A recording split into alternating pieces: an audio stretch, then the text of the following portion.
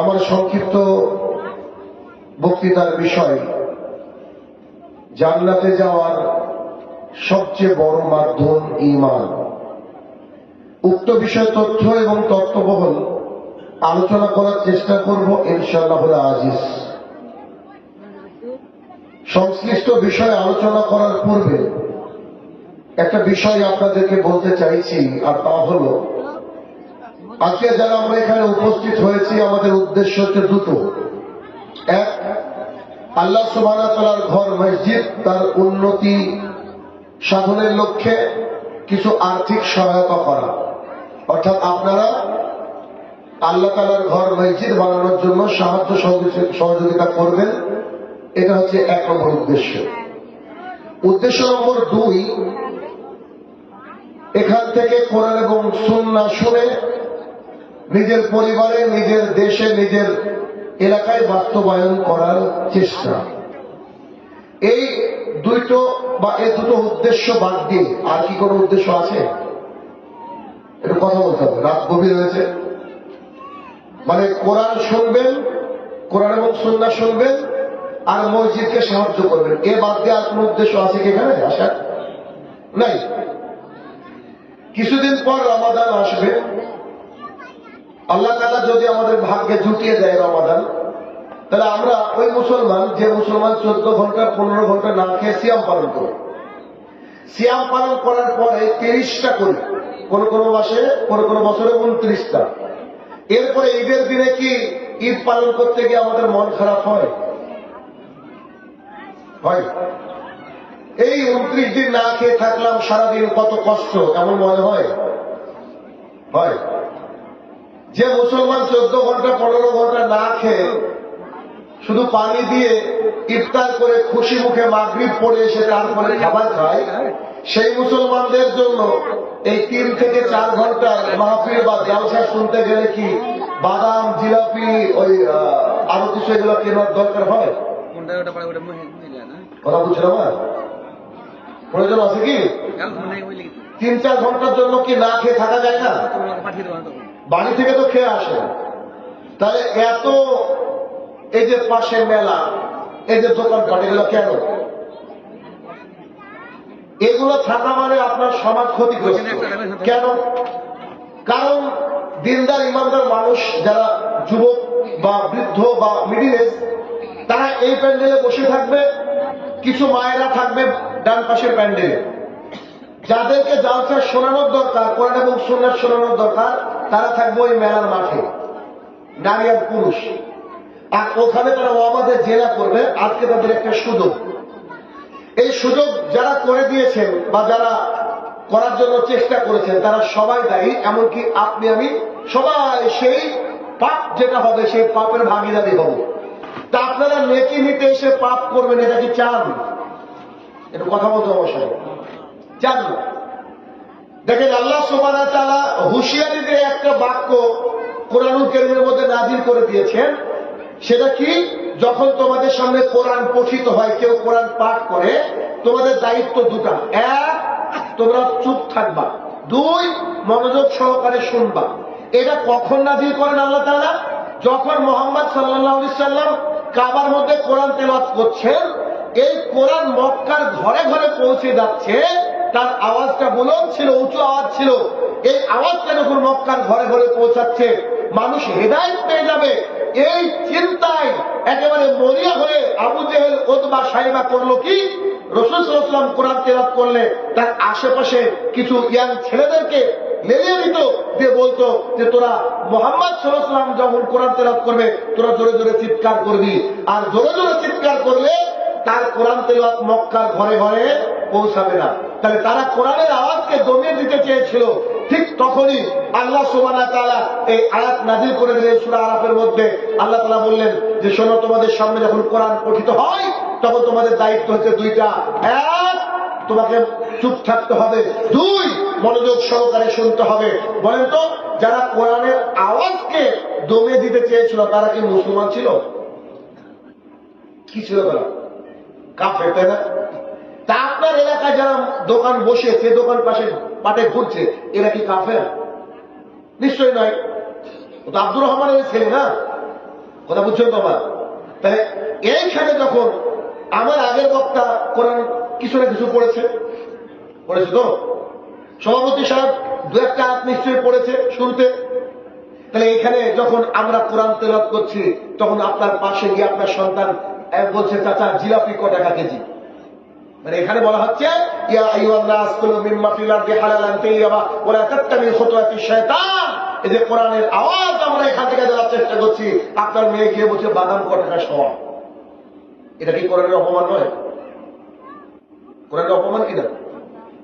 মুসলমান আমরা আজকে চরম বিপদে, কেন বলেন তো? আমাদের যে গাইডলাইন কোরআনুল কারীম এটা আমরা মানি না। অতএব আগামী দিনে যখন প্রোগ্রাম দেওয়ার চেষ্টা করবেন একেবারে স্ট্রিক্টলি দোকানকে বন্ধ করে দেবেন।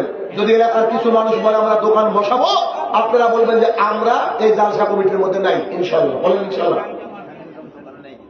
কথা বুঝলেন কিনা? না, চেষ্টা করা হয়েছে, তারপরেও কিছু মেলা বসেছে।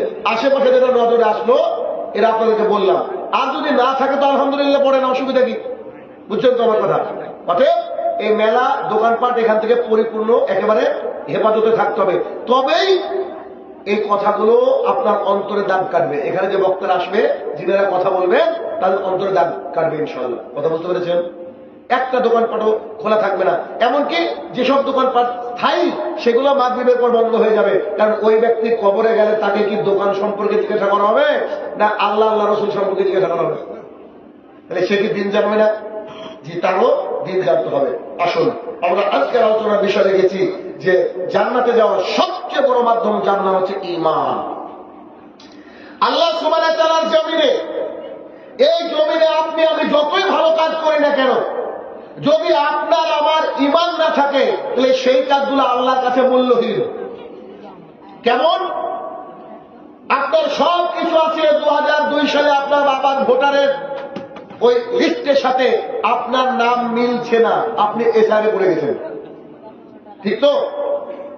আপনার সব কিছু আছে কিন্তু আধার কার্ড প্যান কার্ড যেগুলো দরকার এগুলো নাই, তাহলে আপনাকে নোটিশ দিবে ইলেকশন কমিশন।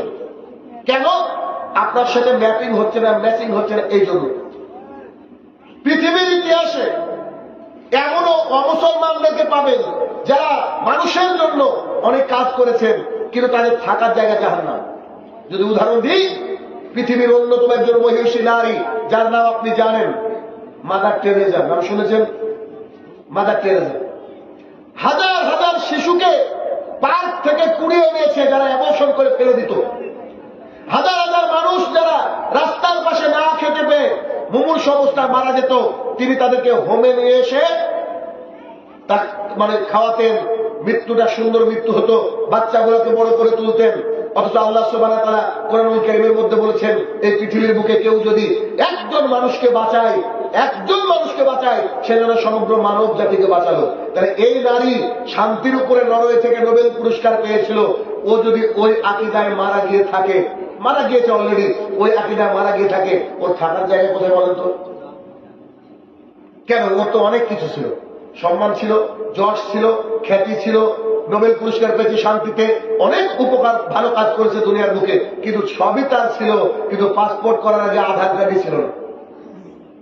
বুঝছেন তো? এই যে আধার কার্ড এখন বর্তমান সময়ে খুব এসেন্সিয়াল জিনিস, ঠিক তেমনি একজন মানুষ যদি জান্নাতে যেতে চায় তার প্রথম কাজ লাগবে কি? ঈমান।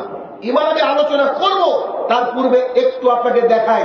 কোন ব্যক্তি, একটা ব্যক্তির নাম হচ্ছে চণ্ডীদাস, এ ব্যক্তি যদি ঈমানদার হওয়ার চেষ্টা করে, ঈমানদার হয়, তাহলে তার জাতি তাকে মেনে নেবে না, তার জাতি তার পিঠের উপর দিয়ে, বুকের উপর দিয়ে বুলডোজার চালাবে। তার প্রমাণ ইতিহাস যদি ঘাটেন তাহলে দেখবেন ইতিহাসে যতজন মানুষ ঈমানদার হয়েছে তাকে তার সমাজ মেনে নিতে পারেনি, তাকে তার সমাজ তাড়িয়ে দিয়েছে, তার সমাজের মুখে তার উপর দিয়ে বুলডোজার চলে গেছে। যার প্রকৃষ্ট উদাহরণ হচ্ছে প্রত্যেকটা নবী এবং রাসূল। একজন নবী রাসূলকে পাবেন না যাকে তার জাতি ফুলের মালা দিয়ে বরণ করেছে। যদি আমি বলি মুহাম্মদ সাল্লাল্লাহু আলাইহি সাল্লাম সম্পর্কে, খাদিজাতুল কুবরা রাদিয়াল্লাহু তাআলা বাড়িতে আছেন, তিনি হেরা গুহায় হঠাৎ করে জিবরাইল আলাইহিস সালাম আসলেন, এসে বলছেন ইকরা, পড়েন, আপনি পড়েন। তো তিনি বলছেন আমি যে পড়তে জানি না, আবার বলছেন পড়েন, আমি পড়তে জানি না, আপনি পড়েন। আমি পড়তে জানি না। তখন তাকে বুকে একবার চাপ দিয়ে বলছে, এবার পড়েন তো। ইকরা পড়তে শুরু করেছে, পড়তে শুরু করেছে। বাড়িতে দৌড়ে চলে এসেছে, থর করে কাঁপছে। ঠিক এমতো অবস্থায় খাদিজা রাদিয়াল্লাহু তাআলা আনহা তাকে কম্বল দিয়ে ঢাকছেন, কাঁথা দিয়ে ঢাকছেন, চাদর দিয়ে ঢাকছেন আর বলছেন, শুনুন, আমি এতটুকু নিশ্চিত আপনি অসহায় সহায়, আপনি দারিদ্র, যারা দরিদ্র মানুষ তাদেরকে ভালোবাসেন, আপনি আত্মীয়তার বন্ধন ছিন্ন করেন না, আপনি আমানতদারী মানুষ, আপনি মিথ্যা কথা বলেন না, আপনি সৎ মানুষ। আমি আশাবাদী যে আপনার কোনো ক্ষতি হবে না, নিশ্চিত কোনো ক্ষতি হবে না। তো আমার এক চাচাতো ভাই আছে, ওরাকা বিন নওফেল, চলেন তার কাছে, সে খুব অনেক বড় পণ্ডিত, তার কাছে গিয়ে চলেন। তো তার কাছে মোহাম্মদ সাল্লাল্লাহু আলাইহি ওয়াসাল্লামকে নিয়ে যাওয়ার পর যখন তিনি বলছেন, শোনেন এই ঘটনা আমার সাথে ঘটেছে হেরা গুহায়, তখন রাসূল সাল্লাল্লাহু আলাইহি ওয়াসাল্লামকে তিনি বলছেন, হায় আফসোস, সেদিন যদি আমি জীবিত থাকতাম আমি তোমাকে সাহায্য করতাম, যেদিন তোমাকে তোমার এলাকার লোক তাড়িয়ে দিবে। আশ্চর্য কথা, পৃথিবীর সবচেয়ে ভালো মানুষ যিনি অসহায়কে সাহায্য করেন, গরিব মানুষকে সাহায্য করেন, আত্মীয়তার বন্ধন ছিন্ন করেন না, যিনি কখনো মিথ্যা কথা বলেন না, একেবারে অনেস্ট পারসন, সৎ মানুষ, তো তাকে এলাকা থেকে বের করে দিবে মানে এটা হয় নাকি? তখন রাসূল সাল্লাল্লাহু আলাইহি ওয়াসাল্লাম বলছে, বলেন কি?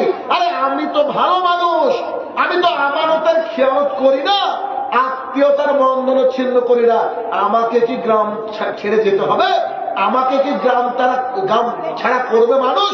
তখন বলছে, শোনো, এই জিবরাইল আলাইহিস সালাম যার কাছে এসেছে তাকে তার এলাকা থেকে মানুষ তাড়িয়ে দিয়েছে।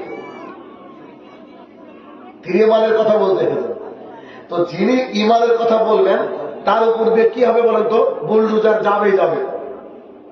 ইমান খুব কঠিন জিনিস, ইমান খুব কঠিন জিনিস। একটু দেখেন, সাদ একজন ব্যক্তি দেখবেন প্রত্যেক এলাকায় এমন একজন মা ভক্ত বাবা ভক্ত ছেলে থাকে যে সবাই চিনে তাদেরকে। এই ছেলেটা ওর মা ছাড়া চলে না গো, এর বিয়ে হয়ে গেছে তবু ওর বাবার কথা ছাড়া চলে না। এরকম লোক আছে না এই গ্রামে? এরকম লোক কিছু পাওয়া যায়। তো সাদ এমন একজন ব্যক্তি ছিলেন, তো তিনি তার মা বাবাকে এত বেশি ভালোবাসতেন, খাস করে তার মাকে। গোটা এলাকার লোক জানতো যে এই ছেলেটা মা ভক্ত। মা যদি বলে এটা পশ্চিম দিক, তো এটা পশ্চিম দিক। মা যদি পানিকে তুলে বলে এটা পেট্রোল, তো পেট্রোল, উদাহরণ। তখন তিনি একদিন খুঁজতে খুঁজতে খুঁজতে আল্লাহর দিন পেয়ে গেলেন, রাসূল সাল্লাল্লাহু আলাইহি ওয়াসাল্লামের কাছে দিন ইসলাম গ্রহণ করলেন। তখন তিনি হয়ে গেলেন সাদ ইবনে আবি ওয়াক্কাস রাদিয়াল্লাহু তাআলা আনহু। তো তিনার মা খবর পেয়েছে যে আমার বেটা কি করেছে, দিন ইসলাম গ্রহণ করেছে। এখন দিন ইসলাম গ্রহণ করার পর তিনি যখন বাড়িতে ঢুকছেন, তার মা তাকে বলছে, আব্বু শোনো বেটা শোনো, এখানে বসো। তো বলছে, আচ্ছা মা বলেন। বলছি, তুমি আমাকে কেমন ভালোবাসো? তো ছেলে তো আশ্চর্য কথা, গোটা এলাকার লোক জানে যে আমি আমার মাকে কেমন ভালোবাসি। হঠাৎ করে আজকে আমার এলাকার নতুন কি প্রশ্ন? আরে আম্মা আপনি বলেন কি? আরে কলিজা দিয়ে ভালোবাসি আপনাকে, আর আপনি আজকে বলেন কি? এটা কেমন কথা হলো? আপনাকে তো আমি কেমন ভালোবাসি এটা এলাকার মানুষই তো জানে। তখন তার মা বলছে, বেটা আমি যদি কোনো কাজে কষ্ট পাই ওটা ছেড়ে দিতে বলি, তুমি কি ছেড়ে দেবা? তো নিশ্চিত দিব, নিশ্চিত দিব। বলছেন, আচ্ছা আচ্ছা শোনো আব্বু, বলছি আমি যদি বলি যে বেটা তুমি এইদিকে যেও না, অমুকের সাথে মিশেও না, তুমি কি তখনও মিশবা? না না না, আমি ওইদিকেও যাবো না, তার সাথে মিশবো না। বলেন আম্মা, বলেন বলেন কি হয়েছে? তখন তার মা বলছে, বেটা শুনলাম তুমি নাকি মুহাম্মাদের দিন গ্রহণ করেছো সাল্লাল্লাহু আলাইহি ওয়াসাল্লাম। এক মিনিট, হাদিসটা একটু পরে বলো। আপনাদের হালাত দেখে মনে হলো যে আপনারা কি জানেন যে রাসূল সাল্লাল্লাহু আলাইহি ওয়াসাল্লামের নাম শুনলে সাল্লাল্লাহু আলাইহি ওয়াসাল্লাম বলতে হয়? এটা কি জানেন? হাদিসটা আমাকে পরে মনে করে দিলেন, যে হাদিসের উপর কথা বলছিলাম, দরকার নেই মনে থাকবে, তারপরে বলছি। আগে একটা হাদিস শোনেন, আপনাকে কিছু শেখায়। সেটা কি? এক মিনিট। সাহাবায়ে কেরাম বসে আছেন, খুতবা দেওয়ার মিম্বার চিনেন কিনা? কাঠের যেটা থাকে, যেটার উপরে দাঁড়িয়ে ইমাম সাহেব খুতবা দেয়। খুতবা দেওয়ার মেম্বারে রাসূল সাল্লাল্লাহু আলাইহি ওয়াসাল্লাম প্রথম ধাপে উঠলেন, চুপচাপ উঠলেন, কোনো কথা নেই, সবাই সাইলেন্ট। উঠে বলছে আমিন। আশ্চর্য কথা, মানে কোনো হিসাবই নেই, উঠে বলছে বলেন আমিন। দ্বিতীয় ধাপে উঠে বলছে আমিন। তৃতীয় ধাপে উঠে বলছে আমিন। সাহাবায়ে কেরাম বলছে, ইয়া রাসূলুল্লাহ সাল্লাল্লাহু আলাইহি ওয়াসাল্লাম, আশ্চর্য কথা, কোন দোয়া করলেন না, কিছুই করলেন, হঠাৎ আমিন বললেন। আমিন মানে কি? আল্লাহ তুমি কবুল করো। তো কোন দোয়া করার পরে তো কবুল করে বলতে হয়। ঘটনা কি আমাদেরকে একটু খুলে বলেন। তখন রাসূল সাল্লাল্লাহু আলাইহি ওয়াসাল্লাম বলতে, শোনো, আমার কাছে জিবরাইল আলাইহিস সালাম এসেছিলেন, এসে তিনি আমাকে বলছেন, হে আল্লাহর রাসূল সাল্লাল্লাহু আলাইহি সাল্লাম, আপনি আমার এই কথার উপরে আমিন বলবেন। এক, যে ব্যক্তি রমাদান মাস পেল অথচ তার গোনাকে ক্ষমা করাতে পারল না, সে ব্যক্তি ধ্বংস হয়ে গেল। কত বড় কঠিন কথা। রমাদান মাস আসলে অনেকের গ্যাস্ট্রিক হয়ে যায়, মানে বাটপারি আল্লাহর সাথেও করে, বুঝলেন না? একটু বয়স্ক হঠাৎ অসুস্থ হয়ে যায় রমাদান মাসের খারাপ আগে, বাটপারি কার সাথে করলো? আল্লাহর সাথে। রামাজ এটা একটা ধাতু, এ থেকে শুধু রামাদান, যার মানে হচ্ছে পুড়িয়ে ফেলা। রামাদান হচ্ছে ঠিক মোবাইলে ডিলিট করেন আজে বাজে ফটো। রামাদান মাস হচ্ছে ওই মাস যে মাসে একজন মুসলমানের বিগত দিনের সমস্ত পাপকে পুড়িয়ে ফেলতে পারে। তো রাসূল সাল্লাল্লাহু আলাইহি ওয়াসাল্লামকে জিবরাইল আলাইহিস সালাম বললেন, কি বললেন? যে ব্যক্তি রমাদান মাস পেল অথচ তার গুনাহকে ক্ষমা করাতে পারলো না, এই ব্যক্তি ধ্বংস হোক। আল্লাহ রাসূল সাল্লাল্লাহু আলাইহি ওয়াসাল্লাম আপনি বলেন আমিন। তো যিনি দোয়া করতে বলছেন তিনি হচ্ছেন ফেরেশতাদের সর্দার, আর যিনি আমিন বলছেন তিনি কে? মুহাম্মদ সাল্লাল্লাহু আলাইহি ওয়াসাল্লাম। জর্দাখোর না যে তার দোয়া কবুল হবে না, বিড়ি বিক্রি করেন না উনি যে তার দোয়া কবুল হবে না, কথা কি বুঝতে পারছি না? তিনি আমিন বলেছেন। তাহলে রমাদান মাস পেলে কি করতে হবে? গুনাহকে ক্ষমা করিয়ে নিতে হবে। ক্ষমা করার মাধ্যম কি আছে নিশ্চয়ই জানেন। আচ্ছা, এরপরে দ্বিতীয় আমিন কেন বললেন? সাহাবায়ে কেরাম বলছে, তখন তিনি বললেন যে দ্বিতীয় আমিন আমি বললাম, আমাকে জিবরাইল আলাইহিস সালাম বললেন, যার পিতামাতা জীবিত আছে অথচ সে জান্নাতে যেতে পারলো না, তো সে ব্যক্তি কপাল পোড়া বা সে ব্যক্তি ধ্বংস হোক। পিতামাতা কিন্তু জান্নাতের রাস্তা। ওই যে দেখেননি ওই আয়াতটা যেখানে বলা হয়েছে যে তোমার পিতামাতাকে উফ এই শব্দটুকু করো না। তো পিতামাতার খেদমত করতে হবে, জমি দিলেও করতে হবে, ত্যায্য পুত্র করলেও করতে হবে, বাড়ি থেকে তাড়িয়ে দিলেও আল্লাহকে বলতে হবে আল্লাহ আমার পিতা মাতাকে ক্ষমা করো। একেবারে সব ছোট ভাইকে লিখে দিয়েছে, বড় বোনকে লিখে দিয়েছে, তবুও কবরের সামনে গিয়ে আল্লাহর কাছে আবার দোয়া করতে হবে, কিছু করার নাই, এটাই পরীক্ষা। তিন, আপনি বলেন যে আপনার নাম শুনলো অথচ সে দরুদ পড়ল না। অর্থাৎ যখন কোন বান্দা শুনবে মুহাম্মদ, তাকে বলতে হবে সাল্লাল্লাহু আলাইহি ওয়াসাল্লাম। এই বাক্য যে বলল না সে ব্যক্তি ধ্বংস হোক। আমি বললাম আমিন। কথাটা বুঝাতে পেরেছি আপনাদেরকে? তাহলে যখনই আমরা বলবো মুহাম্মদ সাল্লাল্লাহু আলাইহি ওয়াসাল্লাম, খবরদার এটা যেন মিস না হয়, একবারে ধ্বংস হয়ে যাবে। অথচ পড়লেই দেখি দেখি শেষ নেই। আসেন আগের জায়গায় ফিরে যায়। সেটা কি? তো ওই যে ওরাকা বিন নওফেল রাসূল সাল্লাল্লাহু আলাইহি ওয়াসাল্লামকে বললেন যে তোমাকে জাতি যখন তাড়িয়ে দিবে তখন যদি আমি জীবিত থাকতাম আমি তোমাকে সাহায্য করতাম। তার মানে মানুষ যখন ঈমান আনবে, ঈমান আনলেই ও বিপদগ্রস্ত হবে সমাজের মুখে। কেন? ঈমান মানে পরীক্ষা। ঈমান মানে পরীক্ষা। কেমন? একটা ছেলে মাধ্যমিক পরীক্ষা দিচ্ছে, আপনি দিচ্ছেন না, যে ব্যক্তি পরীক্ষা দিচ্ছে আর আপনি দিচ্ছেন না সমান হবে কি? তো যে পরীক্ষা দিচ্ছে তারই তো টেনশন, ঠিক না? তাহলে তার টেনশন মানে আমরা মুসলমান হিসেবে সবাই কি এক একটা ছাত্র, এক একটা ছাত্রী, আল্লাহর জমিনে যতদিন আছি সব সময় পরীক্ষা চলছে, সব সময়। এই পরীক্ষার ফলে আমরা আমাদের নিজের খেয়াল খুশি মতো চলতে পারি না। আসেন ওইখানে ফিরে যায়। সেটা কি? সাদ ইবনে আবি ওয়াক্কাস রাদিয়াল্লাহু আনহুকে তার আম্মা বলছে, বেটা তুমি মুহাম্মদ সাল্লাল্লাহু আলাইহি ওয়াসাল্লামের দ্বীন গ্রহণ করেছো? তো জি করেছি আম্মা। ওটাকে ছেড়ে দাও। কি বলছে? ওটাকে ছেড়ে দাও। একটু আগে বলছে আম্মা কলিজা দিয়ে ভালোবাসি, পূর্বকে যদি পশ্চিম বলো তাও বিশ্বাস করবো, কারণ তোমাকে ভালোবাসি। তখন বলছে আম্মা এটা তো সম্ভব না, তুমি বলো কি? আমি দিন গ্রহণ করেছি, এটা তো আমি ছাড়তে পারবো না। তো তার মা তাকে ব্ল্যাকমেল করছে কি করে দেখেন।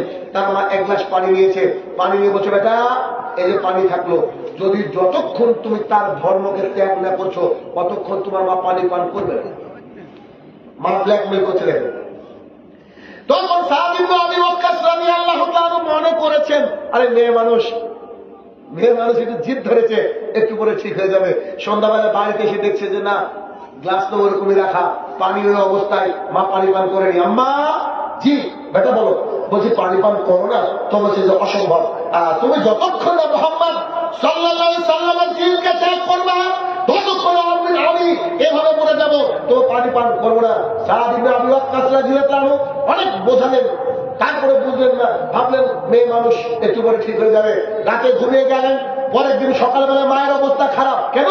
কারণ মানুষ খাবার না খেয়ে 2-4 দিন বাঁচে, কিন্তু পানিটা পান করা খুব মুশকিল। তখন তার মা দেখছে মুমূর্ষু অবস্থায়, এলাকার লোক জমে গেছে। তখন বলছে, বেটা পানি পান করবো না, তুমি কি ইসলাম ছাড়বা কি ছাড়বা না, বলো ফাইনাল কথা। তখন বলছে, আম্মা আমি তো ইসলাম ছাড়তে পারছি না। যে মা বাবার সাথে কি করা যাবে না, উফ শব্দটুকু করা যাবে না, কিন্তু মা বাবা যদি কুফুরির কথা বলে তাহলে মা বাবাকে মারা যাবে কি? মা বাবা বলছে, বেটা তোমার 18 বছর বয়স, খবরদার দাঁড়িয়ে চেঁচে ফেলতে হবে। তখন বলছো, আম্মা যদি আপনি আমাকে জীবন্ত কবর দিয়ে দেন তবু আমি জানলাম। কথা বুঝতে পারছেন কি? চাচা বলেছে, বেটা এখন দাঁড়িয়ে রাখিও না, তাহলে তুমি মেয়ে পাবো না। চাচার কথায় নাকি দাঁড়িয়ে চেঁচে ঘুরে বেড়াচ্ছে হিজড়া হয়ে। ও ভাবছে আমি সুন্দর একটা দাঁড়িয়ে পাবো। জি, দাঁড়িয়েওয়ালা লোক যাদেরকে পাবে ওরা ভালো জিনিস, কারণ দাঁড়িয়েওয়ালাকে সবাই সহ্য করতে পারে না। একদিন বুঝতে পারবে আসলে। তখন যখন তার মা এই কথা বলছে, একেবারে মুখটা আড়ষ্ট হয়ে এসেছে, আর কথা বেরোচ্ছে না, অবস্থা খারাপ। যখন তার মা মারা যাচ্ছে, তখন যে বাক্যটা বলেছিলেন সাদ ইবনে আবি ওয়াক্কাস রাদিয়াল্লাহু আনহু, একেবারে স্বর্ণাক্ষরে লেখার মতো বাক্য। সেটা কি? তিনি বলছেন, আম্মা পানি পান করেন, আমি দিন ইসলাম ছাড়বো না, এটা আমার স্ট্যান্ড। তখন তার মা বলছে, বেটা গোটা দুনিয়া দেখুক, গোটা এলাকার মানুষ দেখুক, তুমি তোমার মাকে নাকি কত ভালোবাসো। এখন তোমার মা তোমার সামনে তিলে তিলে তিলে তিলে মৃত্যুর দিকে ঢলে পড়বে, তুমি কি রাজি? তখন সাদ ইবনে আবি ওয়াক্কাস রাদিয়াল্লাহু আনহু কঠিন কথাটা বললেন, বলছেন, আম্মা আমার আল্লাহ সুবহানাহু ওয়া তাআলা যদি আপনি নন, আপনার মতো আরো 100টা মা আমাকে দেয়, আর প্রত্যেকটা মা যদি আমার সামনে পিপাসার্ত অবস্থায় মারা যায়, তবু আমি দ্বীন ইসলাম ত্যাগ করবো না। সুবহানাল্লাহ এখানে বলবেন না বাড়িতে বলবেন? বুঝতে পারেননি বাক্য? গোটা পৃথিবী একদিকে আর ইমান একদিকে, অথচ আপনি ভোটের আগের রাত্রে একটা শাড়িতে ইমান বিক্রি করেন, 500 টাকায় আপনি ইমান বিক্রি করেন। আপনার কাছে গল্প শোনাচ্ছে, হাদিস শোনাচ্ছে, আপনি শোনেন। সাদ ইবনে আবি ওয়াক্কাস রাদিয়াল্লাহু আনহু বলছেন, আপনি নন, আপনার মতো 100টা মা যদি আল্লাহ আমাকে দেয়, অথবা আপনার মধ্যে 100টা জান দিয়ে দেয়, প্রত্যেকটা জান আমার সামনে তড়পে তড়পে তড়পে মারা যাচ্ছে, তবু আমি দ্বীন ইসলামকে ত্যাগ করবো না। এটার নাম ছিল, এটার নাম এক মিনিট দেখেন, মরুভূমি, প্রচন্ড রোদ, পায়ের তলার বালু একেবারে কেটে গন্ধরে আগুনের মতো অবস্থায়, যেমন করে বাদাম ভাজে এরকম অবস্থা। রাসূল সাল্লাল্লাহু আলাইহি ওয়াসাল্লাম বাজারের দিকে যাচ্ছে, আবার কোনো কাজে যাচ্ছিলেন, তো দেখছেন 3 জন ব্যক্তি খুঁটিতে বাঁধা, লোহার বর্ম মাথার উপরে পড়া, একবার দরদর দরদর করে ঘামছে, আবু জেহেল দিকে দাঁড়িয়ে আছে।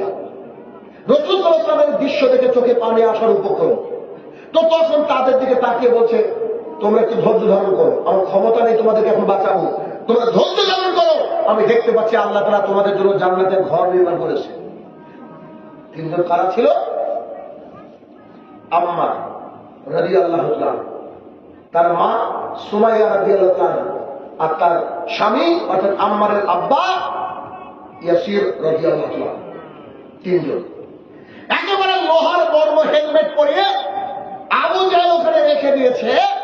তো তখন তারা ঈমান এনেছে, তারা বলেছে আশহাদু আল্লা ইলাহা ইল্লাল্লাহ ওয়া আন্না মুহাম্মাদান আবদুহু ওয়া রাসূলুহু, আল্লাহ ছাড়া কোনো হক মাবুদ নেই, আর মুহাম্মদ সাল্লাল্লাহু আলাইহি ওয়াসাল্লাম তার প্রেরিত বান্দা এবং রাসূল। এই একটা বাক্য বলেছে, তার জন্য এত অত্যাচার তাদের উপরে নেমে এসেছে। তারপরে আবু জেহেলকে সুমাইয়াকে বলছে, সুমাইয়া জি বলো, লাত মানাত উজ্জা হুবল এটা আমাদের রব, এটা আমাদের মাবুদ, তুমি বলো। তো সে বলছে আহাদ, এক, আল্লাহ এক, আমি মুহাম্মদ সাল্লাল্লাহু আলাইহি ওয়াসাল্লামকে মেনে নিয়েছি, ব্যাস ফাইনাল। তখন বলছে তোমাকে এখনই ফেড়ে ফেলা হবে। কি করা হবে? ফেড়ে ফেলা হবে। বলছে পারো না, একজন মহিলা আপনার মাকে শোনাবেন কথা, আপনার স্ত্রীকে শোনাবেন, দেখে তো ইমান কাকে বলে। তো দুটো রেওয়াত দেখেছে, একটা রেওয়াত দেখেছে কি এই 2 পায়ে 2টো দড়ি বেঁধে 2টা উটকে দিয়ে দিয়ে 2 দিকে চালনা করে সুমাইয়া রাদিয়াল্লাহু তাআলাকে একবারে মিডিল দিয়ে ফেড়ে ফেলা হয়েছে। আবু জেহেল এতটা রাগান্বিত ছিল, তিনি মারা যাওয়ার পরেও তার লজ্জাস্থানে বর্ষা নিক্ষেপ করেছে আবু জেহেল এই শয়তান। ইসলামের ইতিহাসে প্রথম নারী যদি কোন শহীদ হয়ে থাকে, প্রথম নারী শহীদের নাম হচ্ছে সুমাইয়া রাদিয়াল্লাহু তাআলা, যার কথা বলছি। কথা বোঝাতে পারছি? বলেন তো, তিনি তাকে যে শহীদ করে দিল বেদিন বেঈমানরা, অপরাধটা কি ছিল? ইমান। কি ছিল? ইমান। জমি জমা নিয়ে ঝামেলা ছিল? কি সম্পদ নিয়ে ঝামেলা ছিল? কিচ্ছু না, শুধুমাত্র ইমানের কারণে।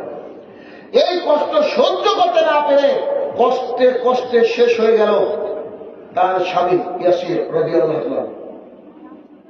বেঁচে থাকলেন দুনিয়াতে শুধুমাত্র একমাত্র সন্তান আম্মার ইবনে ইয়াসির রাদিয়াল্লাহু তাআলা। আরেকটা হাদিস, আবু সাঈদ খুদরি রাদিয়াল্লাহু তাআলা আনহু বলেন, আমরা মসজিদুল নববী, মানে ওই যে সবুজ গম্বুজওয়ালা মসজিদ, যেটাকে মুহাম্মদ সাল্লাল্লাহু আলাইহি ওয়াসাল্লাম বলছে আমার মসজিদ, যেখানে তিনি শুয়ে আছেন আম্মা জান আয়েশা রাদিয়াল্লাহু তাআলার ঘরে, সেই মসজিদ যখন তৈরি হচ্ছিল, কি দিয়ে তৈরি হচ্ছিল? যে তাল পাতা বলেন বা খেজুর পাতা বলেন, এ দিয়ে তৈরি হচ্ছিল, মাটি দিয়ে তৈরি হচ্ছিল। এখন মসজিদে একসাথে 16 লাখ মানুষের উপরে নামাজ পড়তো একজন। তখন তৈরি হচ্ছিল ছোট মসজিদ। তো যখন মসজিদের কাজ চলছে, তো এলাকার মানুষ তো সাহায্য করে, তো তিনি বলছেন যে আমরা মাথায় করে একটা একটা করে ইট বহন করছিলাম। আম্মার ইবনে ইয়াসির রাদিয়াল্লাহু তাআলা 2টা করে ইট বহন করছিলেন।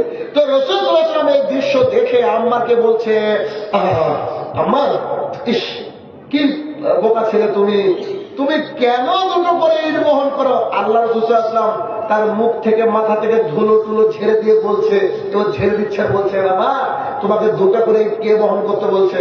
তোমার বন্ধুরা একটা করে বহন করে, তুমিও একটা করে করো না। আম্মার ইবনে ইয়াসির রাদিয়াল্লাহু তাআলা বলছেন, আল্লাহর কাছে বেশি নেকি নিব। যে কোন ঘরের সন্তান এবার বুঝতে পেরেছেন কি?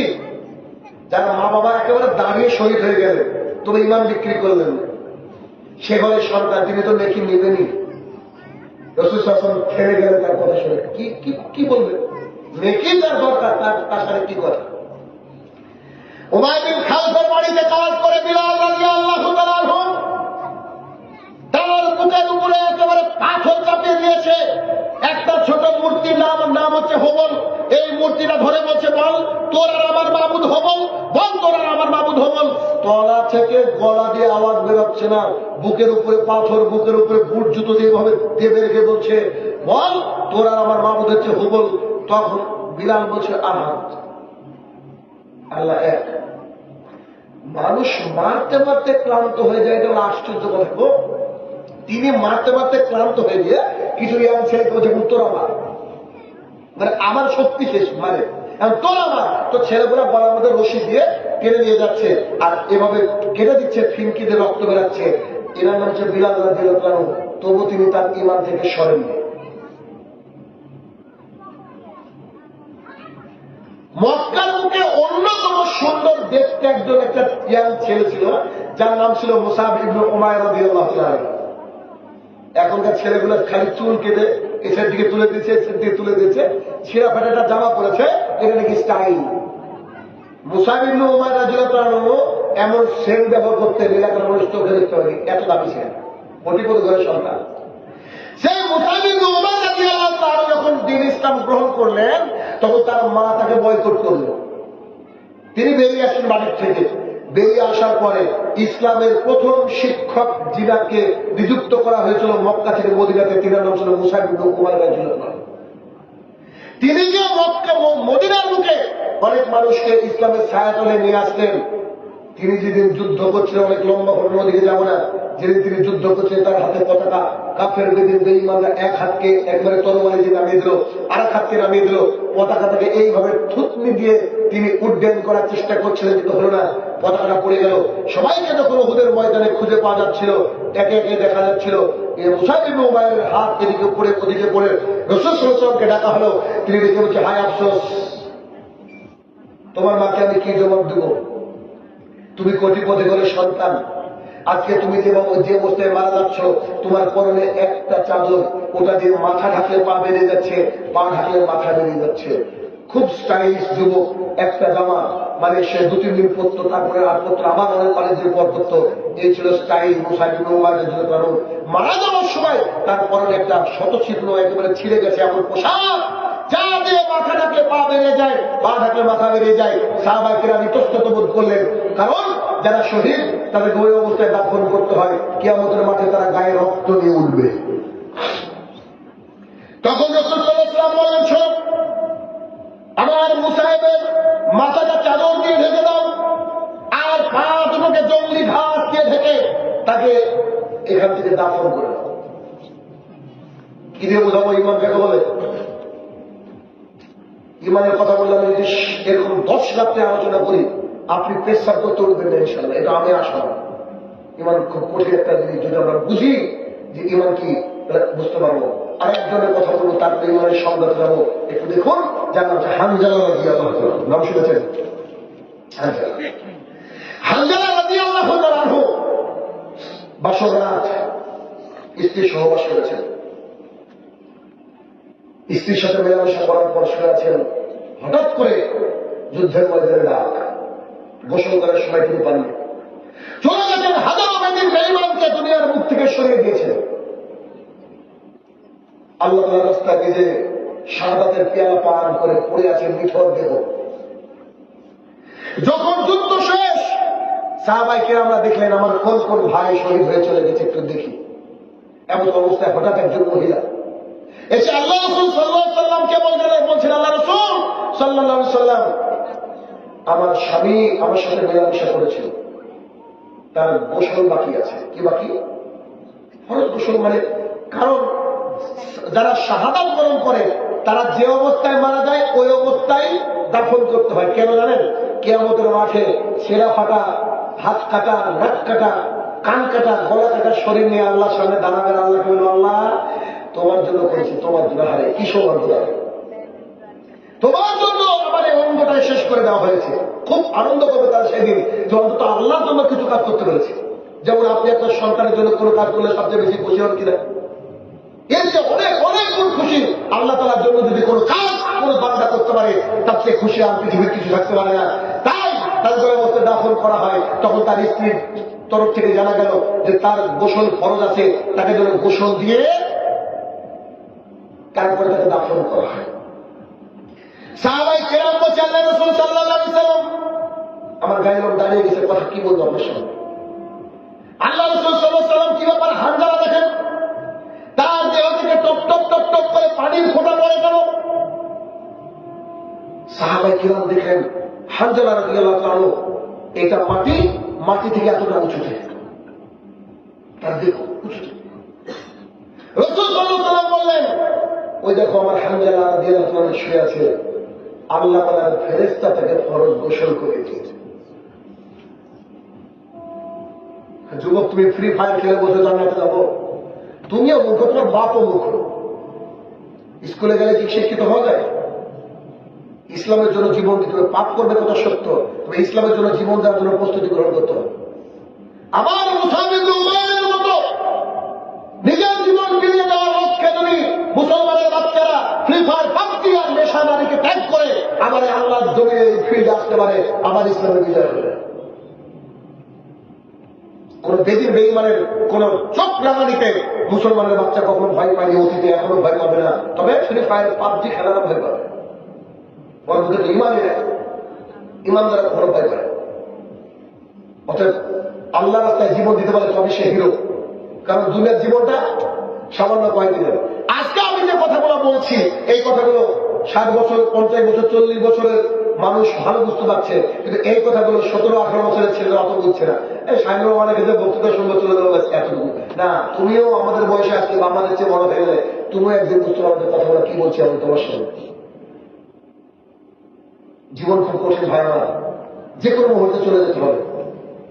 গতকালকে আমার যে ড্রাইভার আছে, মানে আমার চাচাতো ভাই রবিউল, ওর আব্বা, মানে আমার নিজের চাচা, কালকে মারা গেছে। গতকালকে তাকে দাফন করে এসেছে। ভাই দুনিয়াতে এটাই। আমার 9খানা চাচা, 4খানা চলে গেল, এখনো বড়জন জীবিত। আমার বড় ভাই এখনো জীবিত, এখনো বোধহয় চলাফেরা করতে পারে, অথচ মেজে চলে যায়, তার নিচে আরো 3টে চলে গেছে। পৃথিবীতে আসার সিরিয়াল থাকলেও যাওয়ার কোনো সিরিয়াল নাই। কোন মায়ের পেট থেকে কেউ 70 বছরের বের হয় না, কি সবারই বয়স 0, 1, 2, 3। কেউ যাওয়ার সময় কোলে শিশুও যায়, 18 বছরও যায়, 70 বছর যাবে, 130 বছরের এখনো জীবিত আছে কোন মানুষের আছে। আর আমার দুনিয়াটা খুব কঠিন একটা জায়গা, এটা শুধুমাত্র পরীক্ষার জায়গা। আপনাকে আমাকে পরীক্ষা করা হচ্ছে। আসলে আপনাকে আমি একটু বলি ঈমান কাকে বলে, সংজ্ঞাটা একটু দেখিয়ে দিই। সেটা কি? আবু হুরায়রা রাদিয়াল্লাহু তাআলা আনহু বলেন, রাসূল সাল্লাল্লাহু আলাইহি ওয়াসাল্লাম বলেছেন, আল ঈমান, ঈমান হচ্ছে আমানতু বিল্লাহি, আল্লাহর প্রতি ঈমান আনতে হবে। কার প্রতি? আল্লাহর প্রতি। আমি এখানে বসে আছি, গোটা পৃথিবীর মানুষ যদি চেষ্টা করে তো আমাকে মেরে ফেলতে পারবে না, যদি না আল্লাহ তাআলা লিখে রাখে। আর আল্লাহ তাআলা যদি এখন আমার মৃত্যু লিখে রাখে তো গোটা পৃথিবীর সমস্ত টেকনোলজি মিলেও আমাকে বাঁচাতে পারবে। ফসল ভালো যিনি দেন তিনি হচ্ছেন আল্লাহ সুবহানাহু ওয়া তাআলা, ফসলকে যিনি নষ্ট করে দেন তিনি হচ্ছেন আল্লাহ সুবহানাহু ওয়া তাআলা। যিনি যিনি পুত্র সন্তান দান করেন তিনি আমাদের আল্লাহ, যিনি কন্যা সন্তান পুত্র সন্তান কিছুই দান করেন না তিনি আমাদের আল্লাহ। গোটা পৃথিবীর কবিরাজ, গোটা পৃথিবীর দাতা বাবা, গোটা পৃথিবীর ল্যাংটা বাবা, গোটা পৃথিবীর ইঞ্জিনিয়ার, গোটা পৃথিবীর সমস্ত টেকনোলজি মেয়েও যাকে আল্লাহ সন্তান দেননি তার কোন ঘরে সন্তান আসতে পারে না। দিতে পারে কে? আল্লাহ সুবহানাহু ওয়া তাআলা।